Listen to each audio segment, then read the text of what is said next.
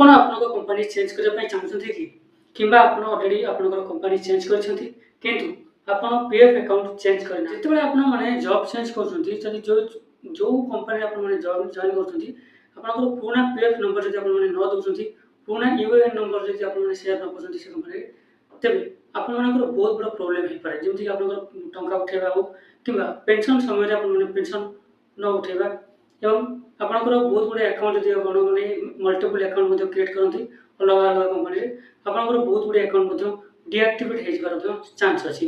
ତେବେ এই ଯେଉଁ ପ୍ରୋବ୍ଲେମର ସମାଧାନ କ'ଣ ଜାଣିବା ଭିଡ଼ିଓଟା ପୁରା ଏଣ୍ଡ ପର୍ଯ୍ୟନ୍ତ। ନମସ୍କାର ଫ୍ରେଣ୍ଡ, ମୁଁ ପ୍ରକାଶ ଆଉ ଆପଣମାନେ ଦେଖୁଛନ୍ତି ଭ୍ୟାଲ୍ୟୁ ଷ୍ଟୋରୀ, ଯେଉଁଠି ମିଳିଥାଏ କେବଳ ଭ୍ୟାଲ୍ୟୁଏବଲ୍ ଇନଫର୍ମେସନ୍। ବେସିକାଲି ଅନେକ ଲୋକ କ'ଣ କରନ୍ତି, ଯେଉଁଠୁ ଅଧିକ ସାଲାରୀ ମିଳିଥାଏ ଜବ୍ ଚେଞ୍ଜ କରିଦିଅନ୍ତି। ଏଇଟା ବି ମଧ୍ୟ ଗୋଟେ ସାଧାରଣ କଥା, କିନ୍ତୁ ସବୁଠାରୁ ବଡ଼ ପ୍ରୋବ୍ଲେମ୍ ସମସ୍ତଙ୍କୁ ଗୋଟେ କଥା ଜଣା ନଥାଏ ଯେ ପ୍ରଥମେ ଆପଣମାନେ ଯେଉଁ ଅଫିସରେ ଜଏନ୍ କରୁଛନ୍ତି ସେଠାରେ ଆପଣଙ୍କର ପିଏଫ୍ ଆକାଉଣ୍ଟ ତିଆରି ହେଇଥାଏ। ତା ସହିତ ମଧ୍ୟ ଆପଣଙ୍କୁ ଗୋଟେ ୟୁଏଏନ୍ ନମ୍ବର ମଧ୍ୟ ମିଳିଥାଏ। କିନ୍ତୁ ଏମ୍ପ୍ଲୟିକୁ ଜଣା ନଥାଏ ଯେ ସେମାନଙ୍କର ପିଏଫ୍ ଯେଉଁ ପୁରୁଣା କ୍ରିଏଟ୍ ହେଇଛି ଯେତେବେଳେ ଜବ୍ ଚେଞ୍ଜ କରନ୍ତି ସେହି ପିଏଫ୍ ନମ୍ବର ମଧ୍ୟ ସେହି ୟୁଏଏନ୍ ନମ୍ବର ଆପଣମାନଙ୍କୁ ନୂଆ ଅଫିସରେ ସେୟାର କରିବାକୁ ପଡ଼ିଥାଏ। କିନ୍ତୁ ମ୍ୟାକ୍ସିମମ୍ ଏମ୍ପ୍ଲୟି ଏହା ଜାଣିନଥାନ୍ତି ଏବଂ ସେଠାରେ ନୂଆ ମଧ୍ୟ ଗୋଟେ ୟୁପିଏଫ୍ ନମ୍ବର କ୍ରିଏଟ୍ କରିଥାନ୍ତି। ସବୁଠାରୁ ବଡ଼ ପ୍ରୋବ୍ଲେମ୍ ହେଉଛି ଯଦି ଆପଣ ମଲ୍ଟିପୁଲ୍ ୟୁଏଏନ୍ ନମ୍ବର କିମ୍ବା ମଲ୍ଟିପୁଲ୍ ପିଏଫ୍ ନମ୍ବର ଆପଣମାନେ କ୍ରିଏଟ୍ କରିବେ ତେବେ ଏହା ଆପଣଙ୍କର ଫ୍ୟୁଚର ପାଇଁ ବହୁତ ବଡ଼ ଅସୁବିଧା କ୍ରିଏଟ୍ କରେ। ଗୋଟେ ଏମ୍ପ୍ଲୟି ଏହା ମଧ୍ୟ ଜାଣିପାରନ୍ତି ନାହିଁ ସେମାନଙ୍କ ନାଁରେ ମଲ୍ଟିପୁଲ୍ ପିଏଫ୍ ନମ୍ବର ମଧ୍ୟ କ୍ରିଏଟ୍ ହେଇଯାଏ ଏବଂ ଯେତେବେଳେ ସେମାନେ କୌଣସି ଆବଶ୍ୟକ ସମୟରେ ପିଏଫ୍ ଟଙ୍କା ଉଠାଇବା ପାଇଁ ଯାଆନ୍ତି ସେତେବେଳେ ସେମାନଙ୍କୁ ଜଣାପଡ଼େ ଯେ ସେମାନଙ୍କ ନାଁରେ ମଲ୍ଟିପୁଲ୍ ଆକାଉଣ୍ଟ ଅଛି ଯାହାକି ଟଙ୍କା ଉଠାଇବା ପାଇଁ ବହୁତ ବଡ଼ ଅସୁବିଧା ହେଇଥାଏ। ଅନେକ ଗୁଡ଼ିଏ କେସ୍ରେ ଏମିତି ମଧ୍ୟ ହୋଇଥାଏ ମଲ୍ଟିପୁଲ୍ ଆକାଉଣ୍ଟ ଥିବା ଯୋଗୁଁ ଆପଣଙ୍କର କେତେ ଗୁଡ଼ିଏ ନମ୍ବର ବା ଆକାଉଣ୍ଟ ନମ୍ବର ସେ ଆପଣଙ୍କର ଡିଆକ୍ଟିଭ୍ ମଧ୍ୟ ହୋଇଯାଇଥାଏ କାରଣ ଆପଣମାନେ ଏହିସବୁ ନମ୍ବରକୁ ଆପଣମାନଙ୍କୁ ଗୋଟେ ଜାଗାରେ କନସୋଲିଡେଟ୍ କରିନଥାନ୍ତି। ଆଜିକାଲି ମ୍ୟାକ୍ସିମମ୍ କେସ୍ରେ ଏମ୍ପ୍ଲୟି ମାନଙ୍କର ଏହି ପ୍ରୋବ୍ଲେମ୍ ବହୁତ ବଡ଼ ପ୍ରୋବ୍ଲେମ୍ କ୍ରିଏଟ୍ କରୁଛି। ଯଦି ଆପଣମାନେ ଏହି ପ୍ରୋବ୍ଲେମ୍ରେ ଅଛନ୍ତି ତେବେ ଆପଣମାନଙ୍କୁ ଚିନ୍ତା କରିବାର କିଛି ଆବଶ୍ୟକତା ନାହିଁ କାରଣ ଏହାର ମଧ୍ୟ ଗୋଟେ ଭଲ ସରଳ ସମାଧାନ ଅଛି। ଏହି ପ୍ରୋସେସକୁ ଗୋଟିଏ ଜାଗାରେ ସେଣ୍ଟ୍ରାଲାଇଜ୍ କରିବା ଏବଂ ସବୁ ୟୁଏଏନ୍ ନମ୍ବରକୁ ଆକ୍ଟିଭ୍ ରଖିବା ପାଇଁ ୟୁପିଏଫ୍ ଗୋଟିଏ ସହଜ ପ୍ରୋସେସ୍ ରଖିଛି। ଏହାଦ୍ୱାରା ଆପଣଙ୍କର ସମସ୍ତ ଆକ୍ଟିଭ୍ ପିଏଫ୍ ଆକାଉଣ୍ଟରୁ ଆପଣ ଏକାଥରେ ସମସ୍ତ ଟଙ୍କା ମଧ୍ୟ ଉଠାଇ ପାରିବେ। ଏବେ ଜାଣନ୍ତୁ କ'ଣ ଏହି ପ୍ରୋସେସ୍। ଏହି ପ୍ରୋସେସ୍ରେ ସବୁଠାରୁ ବଡ଼ କାମ ହେଉଛି ୟୁଏଏନ୍ বা ୟୁନିଭର୍ସାଲ ଆକାଉଣ୍ଟ ନମ୍ବର। ଏହି universal account number 12 digit unique number ଥାଏ। ଏହି ନମ୍ବରଟି ଆପଣମାନଙ୍କୁ ପ୍ରତ୍ୟେକ ଜଣଙ୍କୁ ଗୋଟିଏ ଥର ଗୋଟିଏ ମିଳିଥାଏ। ଯେତେବେଳେ ଆପଣ ପ୍ରଥମ ଥର କରି କୌଣସି ଅଫିସରେ ଜଏନ୍ କରୁଛନ୍ତି ଆପଣଙ୍କୁ ସେଠାରେ ଗୋଟିଏ ୟୁଏଏନ୍ ନମ୍ବର ମିଳିଥାଏ। ସବୁବେଳେ ଏହି ୟୁଏଏନ୍ ନମ୍ବରକୁ ଆପଣମାନେ ସେଭ୍ କରି ରଖନ୍ତୁ। ଓକେ, ଯେତେବେଳେ ଯେକୌଣସି ନୂଆ ଅଫିସକୁ ଜଏନ୍ କରୁଛନ୍ତି ସେତେବେଳେ ଏହି ୟୁଏଏନ୍ ନମ୍ବରଟି ଆପଣମାନେ ସେଠି ସେୟାର କରନ୍ତୁ ଯାହାଦ୍ୱାରା ସେମାନେ ପିଏଫ୍ ଆକାଉଣ୍ଟ କ୍ରିଏଟ୍ କରି ଏହି ୟୁଏଏନ୍ ସହିତ ଲିଙ୍କ୍ କରିପାରିବେ। ଯଦି ଆପଣ ଏହାକୁ ନ ଦେଉଛନ୍ତି ଆପଣ ନୂଆ ଗୋଟେ ୟୁଏଏନ୍ ମାନେ ୟୁଏଏନ୍ ନମ୍ବର ଓପନ୍ କରୁଛନ୍ତି ଏହା ଆପଣଙ୍କୁ ଫ୍ୟୁଚରରେ ବହୁତ ବଡ଼ ପ୍ରୋବ୍ଲେମ୍ କ୍ରିଏଟ୍ କରିବ।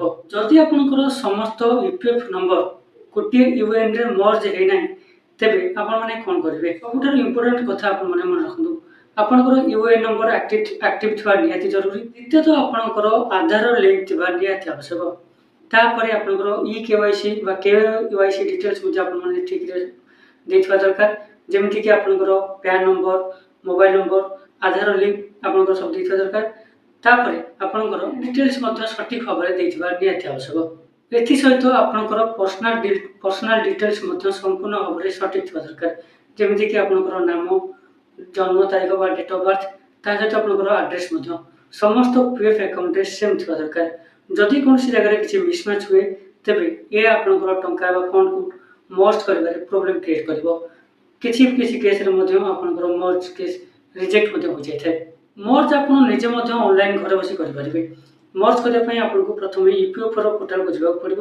ସେଠାରେ ଆପଣଙ୍କର ୟୁଏଏନ୍ ନମ୍ବର ବା ଆଇଡି ପାସୱାର୍ଡ ଦେଇ ଆପଣଙ୍କୁ ଲଗ୍ଇନ୍ କରିବାକୁ ପଡ଼ିବ। ଲଗ୍ଇନ୍ କଲା ପରେ ଏଠାରେ ଆପଣଙ୍କୁ ୱାନ୍ ୟୁପିଏଫ୍ ୱାନ୍ ମେମ୍ବର ଅପସନ୍କୁ ଚୁଜ୍ କରିବାକୁ ପଡ଼ିବ।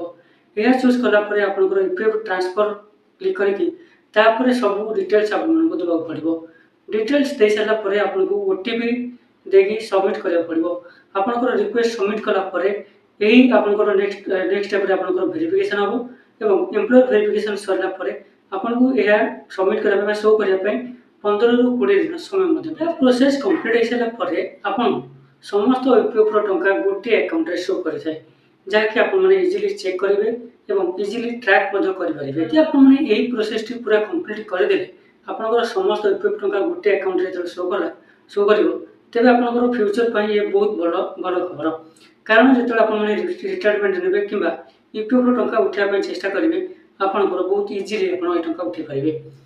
किसी केस रे कौन होता है जदि आपनकर 3-4टी बा मल्टीपल आपनकर पीएफ नंबर थाए जदि आपण मर्ज करी गोटे यूएएन रे न जोड़ती किसी पीएफ अकाउंट नंबर आपनकर ऑटोमेटिक डीएक्टिवेट हो जाए कारण तार प्रोसेस आपण जानछंती जे कोनसी पीएफ रे जदि आपण 2 इयर्स पर्यंत ट्रांजैक्शन न होउची ऑटोमेटिक से इनएक्टिव हो जाए किसी किसी एम्प्लॉय को यह मध्य जणा न थाए जे जो गोटे एम्प्लॉय पे गोटे यूएएन नंबर मध्य मिल थाए किंतु किसी एम्प्लॉय जॉब चेंज समय रे नुआ यूएएन नंबर मध्य क्रिएट कर दिथांती जहाँकि फ्यूचर को ये प्रोब्लेम हो बोली से जानी न जदि आपनकर मल्टीपल यूएएन नंबर अच्छी तेबे आपण कौन करेंगे देखो जदि आपनकर मल्टीपल यूएएन नंबर अच्छी तेबे आपण को यूपीएफ को मेल करिया पड़िबो जे आपनकर मल्टीपल यूएएन नंबर अच्छी बोली आपण समस्त यूएएन नंबर को आपण शेयर करेंगे ता सहित आपनकर पूरा डिटेल्स मध्य शेयर करेंगे यूपीएफ या को वेरिफिकेशन करिवो एवं वेरिफिकेशन करला परे आपनकर पूरा यूएएन नंबर को डीएक्टिवेट करिवे थाए ता सहित आपको करेंट जो यूएएन नंबर चली थाए